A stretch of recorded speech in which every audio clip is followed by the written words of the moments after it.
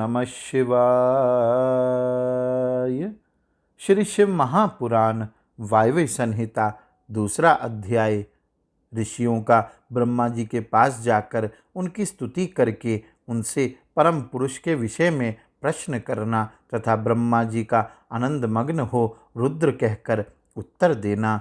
सूत जी बोले, पूर्व समय में अनेक कल्पों के पुनः पुनः बीत जाने के बाद जब यह वर्तमान श्वेत वराह कल्प उपस्थित हुआ और सृष्टि का कार्य उपस्थित हुआ, जब जीविकाओं की प्रतिष्ठा हो गई और प्रजाएं सजग हो गई, उस समय 6 कुलों में उत्पन्न हुए मुनिगण आपस में कहने लगे, यह परब्रह्म है, यह नहीं है। इस प्रकार का बहुत बड़ा विवाद उनमें होने लगा और परब्रह्म का निरूपण बहुत कठिन होने के कारण उस समय कोई निर्णय नहीं हो सका।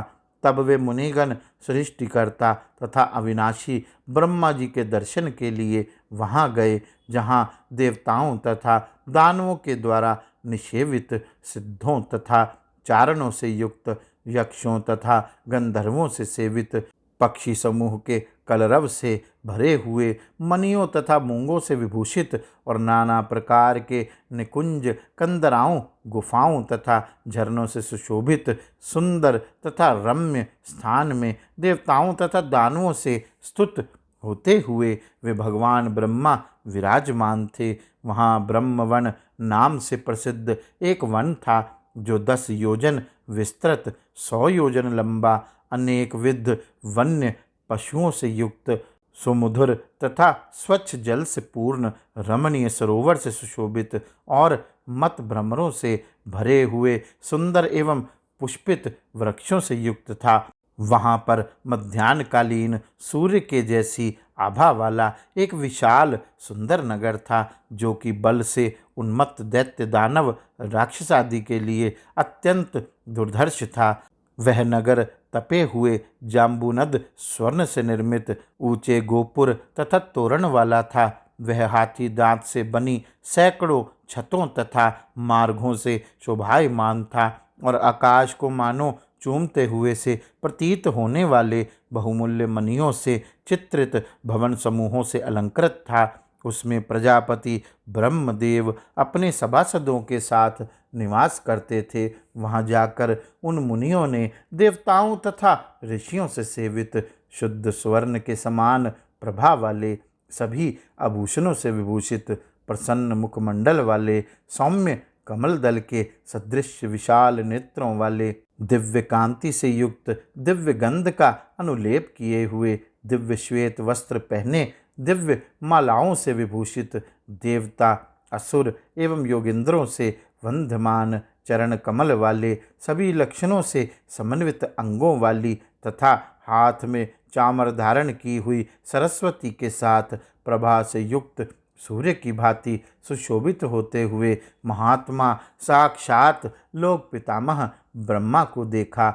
उन्हें देखकर प्रसन्न मुख तथा नेत्रों वाले सभी मुनिगण सिर पर अंजलि बांधकर उन देव श्रेष्ठ की स्तुति करने लगे।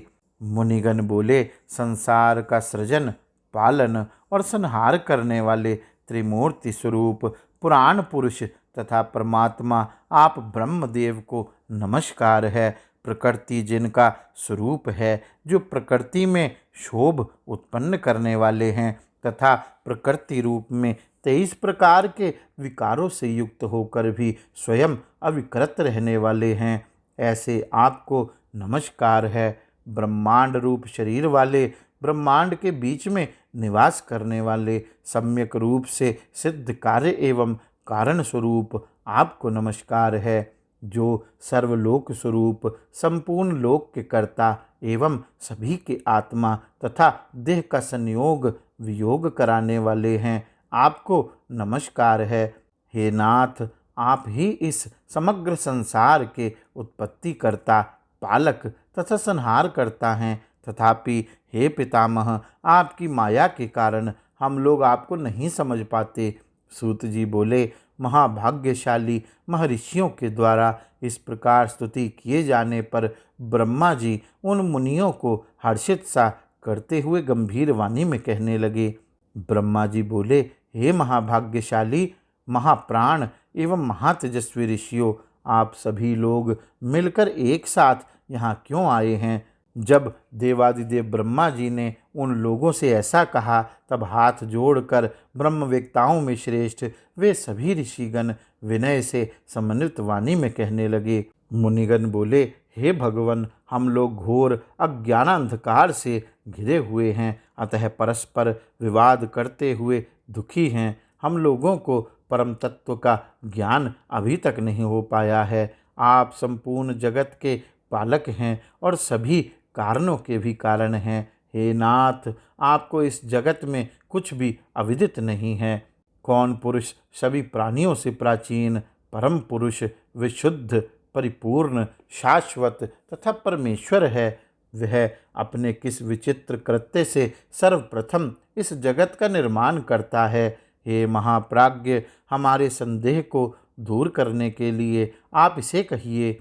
ऐसा पूछे जाने पर ब्रह्मा जी के नेत्र आश्चर्य से खिल उठे और वे देवताओं, दानवों तथा मुनियों के सामने उठ करके बहुत देर तक ध्यान करते रहे। तदुपरांत आनंद से सिक्त समस्त अंगों वाले वे रुद्र रुद्र इस प्रकार का शब्द उच्चारण करते हुए हाथ जोड़कर कहने लगे। गौरी शंकर भगवान की जय। ओम नमः शिवाय।